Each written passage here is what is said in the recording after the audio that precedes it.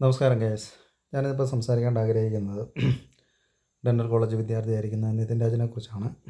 മറ്റൊന്നുമല്ല, നിതിൻ രാജിൻ്റെ കേസ് ഇട്ട് വന്ന സമയം തൊട്ട് രണ്ട് രീതിയിലുള്ള അഭ്യൂഹങ്ങളാണ് മറ്റേത്. പോലീസ് പറയുന്നു പേഴ്സണൽ ലോൺ എടുത്തിട്ട് ലോൺ ആപ്പിലെ ഭീഷണി മൂലമാണ് നിതിൻ രാജ് മരിച്ചതെന്ന് പറയുന്നു. അതേസമയം മറ്റുള്ള നിതിൻ രാജിൻ്റെ ഫാമിലി ഉൾപ്പെടെയുള്ള ആൾക്കാർ പറയുന്നു ജാതീയ അധിക്ഷേപം കൊണ്ടാണ്, നാണം കെട്ടിട്ടാണ്, കോംപ്ലക്സ് കൊണ്ടാണ് നിതിൻ രാജ് ആത്മഹത്യ ചെയ്തതെന്നുള്ളത്. നമ്മൾ അതിനെക്കുറിച്ച് പറഞ്ഞു വരുമ്പം എനിക്ക് പറയാനുള്ള എൻ്റെ ഒരു അഭിപ്രായം ഇതാണ്. 1947 ഇന്ത്യ സ്വാതന്ത്ര്യം നേടിയ കാലം തൊട്ട് തന്നെ നമുക്ക് നമ്മുടെ പ്രിയാമ്പിളിൽ സമത്വം, സ്വാതന്ത്ര്യം, സാഹോദര്യം എന്നുള്ളൊരു കൺസെപ്റ്റോടു കൂടി ഡോക്ടർ BR അംബേദ്കർ എഴുതി വെച്ച നമ്മുടെ കുറച്ച് കാര്യങ്ങളുണ്ട്. അതിൽ നമ്മുടെ രാജ്യത്ത് പിന്നോക്കാവസ്ഥയിൽ നിൽക്കുന്ന ആൾക്കാരെ മുന്നോട്ട് കൊണ്ടുവന്ന് അവരുടെ ജീവിതത്തിലും കൂടെ ഉയർച്ച, അതൊരു സമത്വം സമൂഹത്തിൽ വരുന്നതിന് വേണ്ടിയിട്ട് കുറേ കാര്യങ്ങൾ അദ്ദേഹം ചെയ്തിട്ടുണ്ട്. അതിലൊന്നാണ് റിസർവേഷൻ എന്ന് പറയുന്നത്. ഈ റിസർവേഷൻ എന്ന് പറയുന്നത് ആരുടെ ഔദാര്യമല്ല. സ്വതന്ത്ര ജനാധിപത്യ രാജ്യമായ ഇന്ത്യയിൽ കിട്ടുന്ന ഓരോ സമുദായത്തിന് കിട്ടുന്ന റിസർവേഷൻ എന്ന് പറഞ്ഞാൽ ഒരുത്തൻ്റെ ഔദാര്യമല്ല. ഞാൻ പറഞ്ഞു തരാം. അതിലെ കാസ്റ്റ് വൈസ് നോക്കിയാൽ SC ഉണ്ട്, ST ഉണ്ട്, OBC ഉണ്ട്, ജനറൽ കാറ്റഗറി ഉണ്ട്. ഇങ്ങനെ 4ആയിട്ട് തിരിച്ചിട്ട് അവർക്ക് നമ്മൾ റിസർവേഷൻ വെച്ചിട്ടുണ്ട് നമ്മുടെ രാജ്യത്ത്. ഇതൊരുത്തൻ്റെ ഔദാര്യമല്ല. കാരണം ജനങ്ങളിലെ തൊഴിലിനെ ആസ്പദമാക്കിയിട്ടാണ് അന്ന് അവിടെ ജാതി വ്യവസ്ഥ വന്നത്. പറഞ്ഞു കഴിഞ്ഞാൽ ഉടമ അവൻ്റെ പറമ്പിൽ പണിയെടുക്കുന്ന അല്ലെങ്കിൽ കൃഷി ചെയ്യുന്ന ആൾ, പുലയൻ, അവൻ കൃഷി ചെയ്ത് ഈ ഉടമയ്ക്ക് ലാഭം ഉണ്ടാക്കി കൊടുക്കുകയാണ് ചെയ്യുന്നത്. അവനാണ് ശരിക്കും കർഷകൻ. അപ്പം അവൻ എന്ത് ചെയ്തു, ഇവർ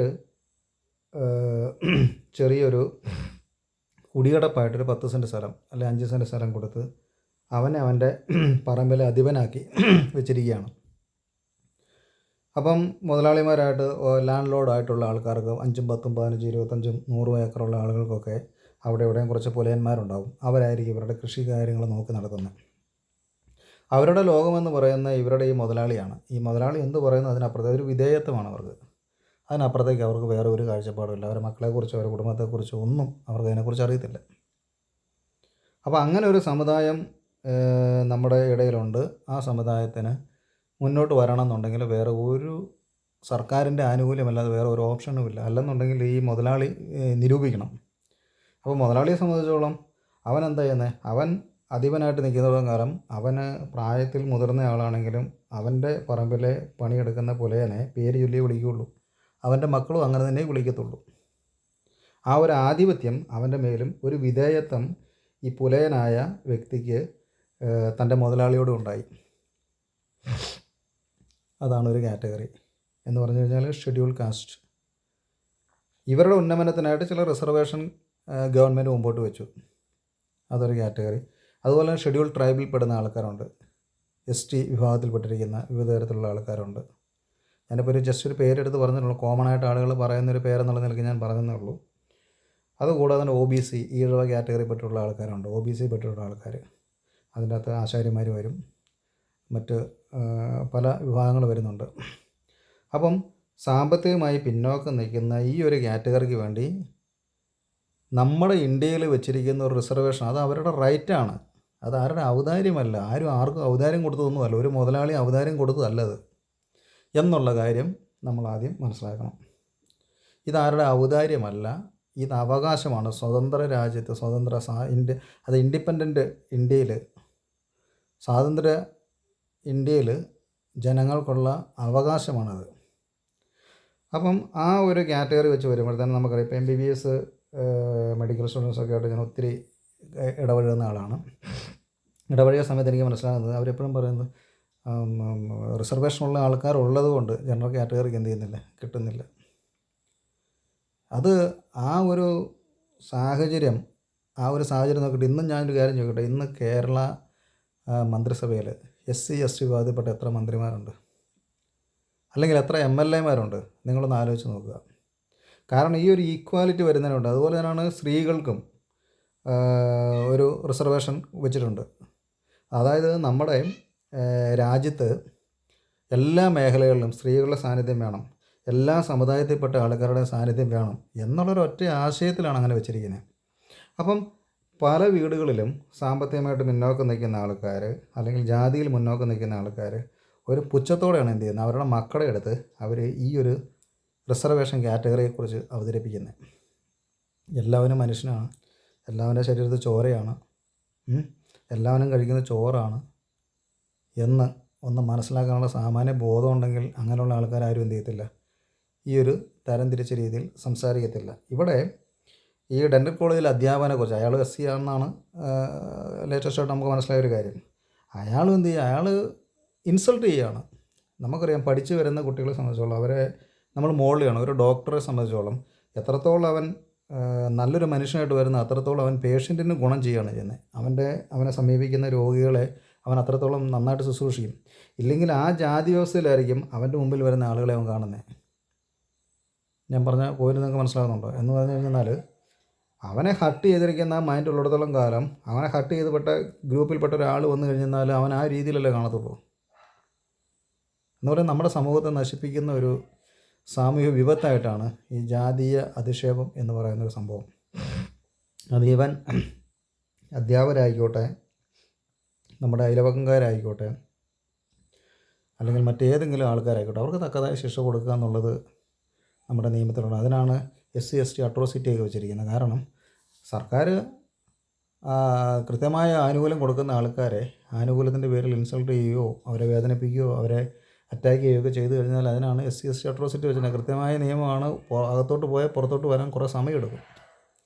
അതറിയാവുന്ന വക്കീലുമാരുമായിട്ട് സംസാരിച്ച് നിങ്ങൾക്ക് മനസ്സിലാവും. അപ്പോൾ ഈ നിതിൻ രാജിൻ്റെ കേസ് കേട്ട് ഒന്ന് നമുക്ക് പറയാം, പേഴ്സണൽ ലോണിൻ്റെ ഒരു കേസ് കേട്ട് അവൻ്റെ ഭാഗത്ത് കിടപ്പുണ്ട്, അത് അവൻ്റെ ഭാഗത്ത് തെറ്റാണ്. രണ്ടാമത് ജാതി അധിക്ഷേപം ഉണ്ടായെന്ന് പറഞ്ഞ് അത് ഉണ്ടായത് കറക്റ്റാണെന്നുണ്ടെന്നുണ്ടെങ്കിൽ അത് ചെയ്ത ആൾക്കാർക്കെതിരെ കൃത്യമായ നടപടി എടുക്കണം. അതൊരിക്കലും ഉണ്ടാകാൻ പാടില്ല. കാരണം ഒരു കാരണവശാലും ഇന്നത്തെ വിദ്യാഭ്യാസ സമ്പ്രദായം അനുസരിച്ച് ഒരു കുട്ടിയെ പോലും എന്ത് ചെയ്യാൻ പാടില്ല, ജാതീയ വ്യവസ്ഥയിലോ.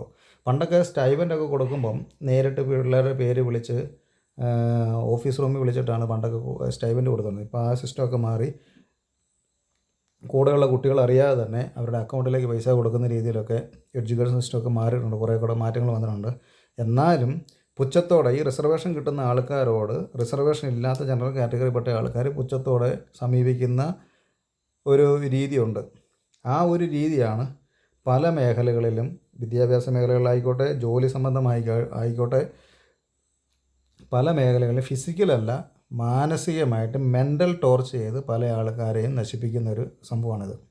നമ്മുടെ കേരളത്തിൽ പൊതുവേ പറഞ്ഞാൽ ജാതി വ്യവസ്ഥ ഉണ്ടോ എന്ന് ചോദിച്ചാൽ ജാതി വ്യവസ്ഥയില്ല. കാരണം ഫിസിക്കലി ഇവരാരും ജാതി പറയാറില്ല, ജാതി കാണിക്കാറില്ല. പക്ഷേ മെൻ്റലി അവർ തരം തിരിച്ച് കാണുകയും ഇൻസൾട്ട് ചെയ്യുകയും ചെയ്യുന്ന ഒരു സമൂഹമാണ് കേരളത്തിൽ എന്നുള്ളത് യാതൊരു സംശയവുമില്ല. ഇവൻ അവരുടെ കാറ്റഗറി അല്ലെങ്കിൽ അവരുടെ കളറ്, ഞാൻ ചോദിക്കട്ടെ, കറുത്തിരിക്കുന്ന ഒരുത്തൻ, ഞാനിപ്പോൾ കറുത്താണ്, എനിക്ക് കറുപ്പ് ഇഷ്ടമാണ്, എനിക്ക് എൻ്റെ അപ്പിയറൻസ് ഇഷ്ടമാണ്, എന്നെ ഒരുത്തനും ഇൻസൾട്ട് ചെയ്യാൻ പറ്റത്തില്ല. കാരണം ഇൻസൾട്ട് ചെയ്യാൻ ഞാൻ ആരാണെന്ന് വെച്ചാൽ നീ പോടാന്ന് പറയുന്ന ഒരു ക്യാരക്ടറാണ് എനിക്ക്. അങ്ങനത്തെ ഒരു മെൻറ്റാലിറ്റിയിലേക്ക് എന്ത് ചെയ്യണം, ഈ പറയുന്ന ആൾക്കാർ വളരണം. അല്ലെങ്കിൽ എന്തെങ്കിലും പറഞ്ഞു കഴിഞ്ഞാൽ വിധേയപ്പെട്ട് നിൽക്കുക എന്നുള്ളതല്ല. നീ ആരാണെന്ന് ചോദിച്ചാൽ ഞാനാടാ, ഞാൻ അയാം വോട്ടായാം എന്നുള്ളൊരു ചിന്താഗതി, ഞാൻ എന്താണോ അതാണ് ഞാൻ എന്ന് പറയാനുള്ള ഒരു ആർജവം, അതിനാണ് അന്ന് BR അംബേദ്കർ എഴുതി വെച്ച ആ സംഭവം. ഇപ്പോൾ CSDS ആയിക്കോട്ടെ, KPMS ആയിക്കോട്ടെ, പല സംഘടനകളും ഇതിനുവേണ്ടി പ്രവർത്തിക്കുന്നുണ്ട്. ഞാൻ നിങ്ങളോടൊക്കെ ചോദിക്കുന്ന ഒറ്റ ചോദ്യമുള്ളൂ, SC ST പെട്ടിട്ടുള്ള എത്ര MLA-മാരും MP-മാരും ഇന്ന് കേരള മന്ത്രിസഭയിലുണ്ട് എന്നുള്ളത് നിങ്ങൾ വിലയിരുത്തുക. നമ്മുടെ രാജ്യം ആഗ്രഹിക്കുന്നത് തന്നെയാണ്. എല്ലാ കാറ്റഗറിയിലും പെട്ടിട്ടുള്ള ആൾക്കാർ, ലേഡീസിൻ്റെ റിസർവേഷനുണ്ട്, ഓരോ മതവിഭാഗത്തിനും ഓരോ റിസർവേഷനുണ്ട്. ആ റിസർവേഷനിൽ പെട്ടിരിക്കുന്ന ആൾക്കാരൊക്കെ ഈ മന്ത്രിസഭയിൽ ഉണ്ടാകണം. എങ്കിൽ മാത്രമേ ഈ പറയുന്ന ഇക്വാലിറ്റി നമ്മളിലേക്ക് വരത്തുള്ളൂ.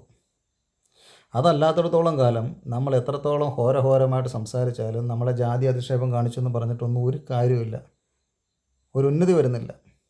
സാമ്പത്തികമായിട്ട് എൻ്റെ അഭിപ്രായത്തിൽ പറയുകയാണെങ്കിൽ ഈ പറയുന്ന എല്ലാ സമുദായത്തിൽപ്പെട്ട ആൾക്കാരും സാമ്പത്തികമായിട്ട് മെച്ചപ്പെട്ടവരും താഴ്ന്നവരും ഉണ്ട്. സാമ്പത്തികമായിട്ടല്ല ഞാൻ പറയുന്നത്, ജാതീയമായിട്ട് അല്ലെങ്കിൽ അവരുടെ ആ ചെയ്യുന്ന തൊഴിലിനെ ആസ്പദമാക്കിയിട്ട് കിട്ടുന്ന റിസർവേഷനെ ബേസ് ചെയ്തിട്ടാണ് ഞാൻ പറയുന്നത്. അപ്പം ഒരാൾ പഠിക്കുമ്പോൾ അല്ലെങ്കിൽ സ്കൂളിൽ പഠിക്കുന്ന സമയത്ത് അവരുടെ ജോലി സംബന്ധമായിട്ട് റിസർവേഷൻ്റെ ഭാഗമായിട്ട് അവരെ ഇൻസൾട്ട് ചെയ്താലും ഇവരുടെ പേരൻസ് ആദ്യം അവരെ മനസ്സിലാക്കുക. അപ്പം ഞാൻ പറയാം, നായർ അല്ലെങ്കിൽ പണിക്കർ അല്ലെ നമ്പൂതിരി എന്നൊക്കെ പേരിൻ്റെ അറ്റത്ത് ചേർക്കുമ്പോൾ അവർക്കുണ്ടാകുന്ന അഭിമാനം, അത് അപ്പർ കാസ്റ്റ് എന്നൊരു കൺസെപ്റ്റ് നമ്മുടെ നിലയിൽ നമ്മുടെ ആളുകളുടെ ഇടയിൽ നമ്മുടെ കമ്മ്യൂണിറ്റിയിൽ ഉള്ളത് കൊണ്ടാണ് അവരതിനെ വലിയ സംഭവമായിട്ട് കാണുന്നത്. എന്നാൽ പേരിൻ്റെ അറ്റത്ത് പുലയൻ അല്ലെങ്കിൽ പറയൻ അല്ലെങ്കിൽ സാമ്പവൻ അല്ലെങ്കിൽ എന്താ ആശാരിമാർ, ആ ഒരു രീതിയിലാണ് നമ്മൾ കാണുന്നത്. കൊല്ലന്മാർ, ആ ഒരു രീതിയിലാണ്. എനിക്കൊരു കൃത്യമായ മുഴുവൻ പേരുകൾ പറയത്തില്ലെങ്കിൽ പോലും ഞാൻ പറയുന്നത് അങ്ങനെയാണ് കാണുന്നതെങ്കിൽ അതൊരു കുറച്ചിലായിട്ടാണ് എന്ത് ചെയ്യുന്നത് കാണുന്നത്. പക്ഷേ ഇതൊന്നുമല്ല, എന്താണോ നാം ആയിരിക്കുന്നത് അത് അതിൻ്റേതായ രീതിയിൽ തന്നെ കാണുക. നാം നമ്മളായിട്ട് തന്നെ കണ്ടുകൊണ്ട് നമ്മളെ മക്കളെ വളർത്തുക, നമ്മളോട് അവരൊക്കെ പറഞ്ഞു കൊടുക്കുക. ഇനി ഒരുത്തൻ നമ്മളെ കളിയാക്കിയാലും അയാം പാട്ടയാം, ഞാനാണ് ഞാൻ എന്താണോ അതാണ് ഞാൻ, അങ്ങനെ തന്നെ ഞാൻ വളരുക. എന്നാൽ നമുക്ക് ഒത്തിരി മാറ്റങ്ങളുണ്ടാകും. ഞാൻ മറ്റുള്ളവനെ പോലെ ആകാൻ നോക്കേണ്ട കാര്യമില്ല. ഞാൻ എന്താണോ അതാണ് ഞാൻ. എന്നെ നീ തിരുത്താൻ നോക്കണ്ട. ഞാൻ ഇങ്ങനെ എൻ്റെ മുമ്പോട്ടുള്ള ലൈഫ് ഞാൻ കൃത്യമായ രീതിയിൽ ഞാൻ ഉന്നതിയിലേക്ക് പോകും എന്നുള്ളൊരു ചിന്താഗതി എൻ്റെയും നിങ്ങളുടെയും മനസ്സിലുണ്ടെന്നുണ്ടെങ്കിൽ ഈ ജാതി അധിക്ഷേപമൊന്നും ഒരു പ്രശ്നമല്ല. ഇതിനൊന്നും വേണ്ടിയിട്ട് ആരും ആത്മഹത്യ ചെയ്യേണ്ട കാര്യമില്ല. നീ ആരാടാന്ന് ചോദിക്കുക, അയാം വാട്ട് അയാം, ഞാനാടാ ഞാനാണിത്, ഇതാ എൻ്റെ രീതി ഇതാണ് എന്ന് പറയാനുള്ള ആർജവം, അതാണ് ഡോക്ടർ അംബേദ്കർ ഈ ഭരണഘടനയിൽ ഈ റിസർവേഷൻ കൊണ്ട് ഉണ്ടാക്കി വെച്ചിരിക്കുന്നത്. ഇത് മനസ്സിലാക്കാത്തോളം കാലം നമ്മൾ എത്ര ജാതി അധിക്ഷേപം പറഞ്ഞിട്ടോ അല്ലെങ്കിൽ എത്ര സമരം നടത്തിയാലോ നമ്മൾ എന്തൊക്കെ കാണിച്ചു കൂട്ടിയാലോ ഒന്നും ഒരു റിസൾട്ടും ഈ പറയുന്ന ആളുകളിലേക്ക് വരാൻ പോകുന്നില്ല. അതുകൊണ്ട് എൻ്റെ ഒരു അഭിപ്രായമാണ് ഞാൻ പറയുന്നത്, ഏത് ഇൻസ്റ്റിറ്റ്യൂഷനിൽ നിന്ന് പഠിച്ചാലും ഏത് കാറ്റഗറിയിൽപ്പെട്ട ആൾക്കാർ ഏത് ഇൻസ്റ്റിറ്റ്യൂഷനിൽ പഠിച്ചാലും അവിടെ അപ്പർ കാസ്റ്റ് എന്നോ ലോവർ കാസ്റ്റ് എന്നോ ഉള്ള ആ ഒരു വിവേചനം പെടുക. റിസർവേഷൻ ഉണ്ട്, അത് റൈറ്റാണ്. ഈ റൈറ്റ് ടു ലിവ്, നിങ്ങൾക്ക് ഈ രാജ്യത്ത് ജീവിക്കാനുള്ള അവകാശമാണ്. അവകാശത്തിൻ്റെ ഭാഗമായിട്ട് നിങ്ങൾക്ക് സർക്കാർ തന്നിരിക്കുന്ന അവകാശമാണ് ഈ റിസർവേഷൻ. ആരുടെ ഔദാര്യമല്ല. ആ റിസർവേഷനിലൂടെ തന്നെ നിങ്ങൾ കയറി വരണം. ഇപ്പോൾ MBBS പഠിക്കുന്ന പിള്ളേർക്ക് ജനറൽ കാറ്റഗറിക്ക് റിസർവേഷൻ ഇല്ല, SC ST OBC category reservation ഉണ്ടെന്നുണ്ടെങ്കിൽ റിസർവേഷനിലൂടെ തന്നെ നിങ്ങൾ കയറി വരണം. നിങ്ങൾക്ക് ജോലിക്ക് റിസർവേഷൻ ഉണ്ടെങ്കിൽ ആ റിസർവേഷനിലൂടെ തന്നെ നിങ്ങൾ കയറി വരണം. അതാണ് ഞാൻ പറഞ്ഞു വരുന്നത്. അതിനുശേഷം നമ്മൾ അയ്യോ അതങ്ങനെയാണ്, ഇവർ കളിയാക്കി അവർ കളിയാക്കുന്നവൻ കളിയാക്കിക്കോട്ടെ, അത് അവൻ്റെ ആറ്റിറ്റ്യൂഡ്. നമ്മളായിട്ട് തന്നെ ജീവിക്കുക, നമ്മളായിട്ട് തന്നെ വളരുക. ഓട്ടോമാറ്റിക്കലി മാറ്റങ്ങൾ വന്നുകൊണ്ടിരിക്കും. അതുകൊണ്ട് നിതിൻ രാജിൻ്റെ ഒരു അനുഭവം അത് ഒരു കഴിഞ്ഞു പോയൊരു കാര്യമാണ്. ഇത് കണ്ടിട്ട് ഇനി പഠിക്കുന്ന MBBSന് പഠിക്കുന്ന അല്ലെങ്കിൽ ഡെൻ്റൽ കോളേജ് പഠിക്കുന്ന അല്ലെങ്കിൽ പല കോഴ്സുകൾ പഠിക്കുന്ന പല കുട്ടികളുണ്ട്. കൂലിപ്പണിയെടുത്ത് മക്കളെ വളർത്തുന്ന പേരൻസ് ഉണ്ട്. ഇത് കണ്ട് വളരുന്ന അവരൊരിക്കലും അവരെ കളറിനെ വെച്ചുകൊണ്ടോ അല്ലെങ്കിൽ ഞാൻ കറുത്തതാണ് അവർ വെളുത്തതാണ്, ഞാൻ ജാതി കുറഞ്ഞതാണ് അവർ ജാതി കൂടുതലാണ്, ഇതൊന്നും ഒരു പ്രശ്നമില്ല. നീ മനുഷ്യനാണോ? നീ മനുഷ്യനാണ്. നിന്നെപ്പോലെ തന്നെയാണ് അവനും. നിൻ്റെ ശരീരത്തിൽ ചോരയാണോ? അതേ ചോര തന്നെയാണ് അവൻ്റെ ശരീരത്തും. നമ്മൾ അങ്ങനെ കാണുക. നമ്മൾ ഇൻസൾട്ട് ചെയ്യുന്നതിന് മുമ്പിൽ അങ്ങനെയാണെങ്കിൽ അംബേദ്കർ ഉൾപ്പെടെയുള്ള പണ്ട് തൊട്ടുള്ള ഇപ്പോൾ ശ്രീനാരായണ ഗുരു ആയിക്കോട്ടെ, നമ്മുടെ KPMSൻ്റെ ലീഡറായിക്കോട്ടെ, ഇവരൊക്കെ അങ്ങനെയാണെന്നുണ്ടെങ്കിൽ ഇവർക്കൊന്നും സമൂഹത്തിൽ നിൽക്കാൻ പറ്റത്തില്ലായിരുന്നല്ലോ. അപ്പോൾ അതുകൊണ്ട് നമ്മളെന്താണോ അതായിക്കൊണ്ട് നമ്മൾ വളരുക. നമ്മുടെ ഒരു ജനറേഷനെ നമ്മൾ വളർത്തിയെടുക്കുക. നമ്മളൊരിക്കലും മറ്റുള്ളവനെ നോക്കിയിട്ട് അവൻ വെളുത്തതാണ് അല്ല അവൻ വലിയവനാണ് ഞാൻ ചെറുതാണ് അങ്ങനെയൊന്നുമില്ല. നമ്മൾ ഈക്വലായിട്ട് ചിന്തിക്കുക. മക്കളെ അങ്ങനെ തന്നെ പറഞ്ഞ് വളർത്തുക, അവരോട് കാര്യങ്ങൾ പറഞ്ഞു കൊടുക്കുക. സമൂഹത്തിൽ ഇങ്ങനത്തെ നികൃഷ്ട ജീവികളുണ്ട്, നിങ്ങളതിൽ ശ്രദ്ധിക്കരുത്. നിങ്ങൾ നിങ്ങളുടെ കാര്യത്തിൽ ഫോക്കസ് ചെയ്യുക. നിങ്ങളുടെ ലക്ഷ്യം, പിള്ളേരെ വളർത്തുമ്പോൾ നമ്മൾ അവരുടെ ലക്ഷ്യം പറഞ്ഞു കൊടുക്കുക. ഈ ചുറ്റുമുള്ള ഇതൊന്നും ശ്രദ്ധിക്കേണ്ട. അങ്ങനെ പറയുന്നവൻ പറഞ്ഞോട്ടെ, എന്തെങ്കിലും ഉണ്ടെന്നുണ്ടെങ്കിൽ ഡയറക്റ്റ് പേരൻസിനോട് കമ്മ്യൂണിക്കേറ്റ് ചെയ്തിട്ട് അവരെ മെൻ്റലി വളർത്തിയെടുക്കുക. അതായത് ഈ പണ്ടൊക്കെ ഫിസിക്കൽ ഹറാസ്മെൻ്റ് ആയിരുന്നെങ്കിൽ ഇപ്പോൾ മെൻ്റൽ ഹറാസ്മെൻ്റ് ആണ് വരുന്നത്. അതിൻ്റെ ഒരു ഭാഗമാണ് നമ്മൾ ഈ പറഞ്ഞ എഡ്യൂക്കേഷൻ ഡിപ്പാർട്ട്മെൻറ്റിൽ ഈ പ്രശ്നങ്ങളൊക്കെ ഈ നിതിൻ രാജിൻ്റെ കേസായിട്ട്. അപ്പം മെൻ്റൽ ഹറാസ്മെൻറ്റിനെ, ഈ മാനസികമായിട്ടുള്ള പീഡനത്തെ എങ്ങനെ ഓവർകം ചെയ്യണം എന്നുള്ളത് നമ്മുടെ തലമുറയ്ക്ക് കുട്ടികൾക്ക് പറഞ്ഞു കൊടുക്കുക. ആ ഒരു വേർതിരിവിനെ എങ്ങനെ നമ്മൾ ഓവർകം ചെയ്യണം. നമുക്ക് പല രീതിയിലാണ് പ്രശ്നം. നമ്മളൊരു ലൈഫാണ്, ചെറിയൊരു ഷോർട്ട് ടൈം ലൈഫാണിത് ഈ ഭൂമിയിലുള്ളത്. എല്ലാം മനുഷ്യരാണ്. അപ്പോൾ നമ്മളിങ്ങനെ ഓരോ കാര്യങ്ങൾ ചെയ്യുമ്പോഴത്തേനും നമുക്ക് ഓരോ തടസ്സങ്ങൾ വന്നു കഴിഞ്ഞാൽ അവിടെ സ്റ്റോപ്പ് ചെയ്ത് ഫുൾ സ്റ്റോപ്പ് ഇട്ട് തീരുക എന്നുള്ളതല്ല, ലൈഫ് എൻഡ് ചെയ്യുക എന്നുള്ളതല്ല, എങ്ങനെ ഇതിനെ ഓവർകം ചെയ്യാം എന്നുള്ളതിനെക്കുറിച്ച് എന്ത് ചെയ്യുക, പറഞ്ഞ് മനസ്സിലാക്കി കൊടുക്കുക. സുനിത വില്യംസ് ഇവിടെ വന്ന സമയത്ത് പുള്ളിക്കാരി പറഞ്ഞൊരു കാര്യമുണ്ട്. ബഹിരാകാശത്തേക്ക് പോകുന്ന സമയത്ത് നമ്മളിവിടെ നിന്ന് ഇങ്ങനെ പൊങ്ങി പൊങ്ങി പോകുമ്പോൾ താഴെ നിൽക്കുമ്പോൾ നമുക്ക് ഈ ജാതിയും മതവും എല്ലാം ഉണ്ട്. ഇച്ചിരൂടെ അങ്ങ് പൊങ്ങി പോകുമ്പോൾ ഇതൊക്കെ മാറി നമ്മൾ മനുഷ്യരാണ്, എല്ലാവരും ഒരു മനുഷ്യനായിട്ട് കരുതും. മനുഷ്യനും മൃഗങ്ങളും വൃക്ഷങ്ങളും എന്നുള്ള ലെവലിലേക്ക് പോകും. അതിനുശേഷം വീണ്ടും മുകളിലേക്ക് പോകും, പിന്നെ ഗ്രഹമായി മാറി. ഭൂമി എന്ന് പറഞ്ഞൊരു ഗ്രഹമാണ്, അതുപോലെ ചന്ദ്രൻ വേറെ ഗ്രഹം, ചൊവ്വ വേറെ ഗ്രഹം, അങ്ങനെ ഗ്രഹമായിട്ട് മാറുന്നു. പിന്നെ അങ്ങ് പോകുമ്പോൾ അങ്ങനെ ആ ഒരു ലെവലിലേക്ക് പോകണം. പിന്നെ ആ മനുഷ്യനുള്ള വേർതിരിവ് അങ്ങ് പോയി എന്ന് പറഞ്ഞാൽ നമ്മുടെ ചിന്താഗതി എത്രത്തോളം ഉയർന്നുവോ, നമ്മുടെ ചിന്താഗതി ഉയർന്നതാണെന്നുണ്ടെങ്കിൽ എന്താണ്, നമ്മൾ മനുഷ്യനെ മനുഷ്യനായിട്ടും മൃഗത്തെ മൃഗമായിട്ടും മരത്തെ മരമായിട്ടും കാണേണ്ടത് പോലെ തന്നെ കാണും. എന്ന് പറഞ്ഞു കഴിഞ്ഞാൽ എല്ലാ മനുഷ്യനെയും മൊത്തത്തിലുള്ള എൻ്റെ ഒരു അഭിപ്രായമാണ് പറയുന്നത്, നമ്മൾ എന്ന് കാണേണ്ടതുപോലെ കാണുന്നു, അന്ന് മാത്രമേ നമ്മളൊരു യഥാർത്ഥ മനുഷ്യനായിട്ട് മാറുകയുള്ളൂ. അതല്ല നമ്മളൊരുത്തനെ താന്നവനായിട്ടോ ഒരുത്തവനെ മോശമായിട്ടോ കാണുകയും ചിത്രീകരിക്കുകയും ചെയ്യുകയാണെന്നുണ്ടെങ്കിൽ നമ്മൾ തന്നെ അധപ്പതിച്ചതാണ്. അപ്പം ഒരു മനുഷ്യനെ നമ്മൾ മനസ്സിലാക്കേണ്ടത്, അങ്ങനെ അധപ്പതിച്ച ആൾക്കാരെ ആ ലെവലിലേ കാണാവുള്ളൂ, അവരോട് അങ്ങനെ ഇടപെടാവുള്ളൂ.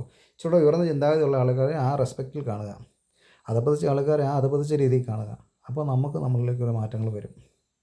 പ്രിയ സുഹൃത്തുക്കളെ, എനിക്കിതാണ് നിങ്ങളോട് പറയാനുള്ളത്. നിങ്ങളുടെ കുടുംബം നോക്കുക, നിങ്ങളുടെ മക്കളെ വളർത്തുക. റിസർവേഷൻ എന്ന് പറയുന്ന ആരുടെ ഔദാര്യമല്ല, ഇറ്റ് ഈസ് എ റൈറ്റ്. ഇന്ത്യയിൽ ജീവിക്കുമ്പോൾ ജീവിക്കാനുള്ള ഒരു റൈറ്റാണ്, നിങ്ങൾക്ക് നേടിയെടുക്കാനുള്ള നിങ്ങളുടെ അവകാശമാണ്. അത് മേടിച്ച് ജീവിതത്തിൽ എൻജോയ് ചെയ്യുക. ഇത്രയും എനിക്ക് പറയാനുള്ളൂ. കാണാൻ വേണ്ടി അടുത്ത വീഡിയോ. അതുവരേക്കും ബൈ.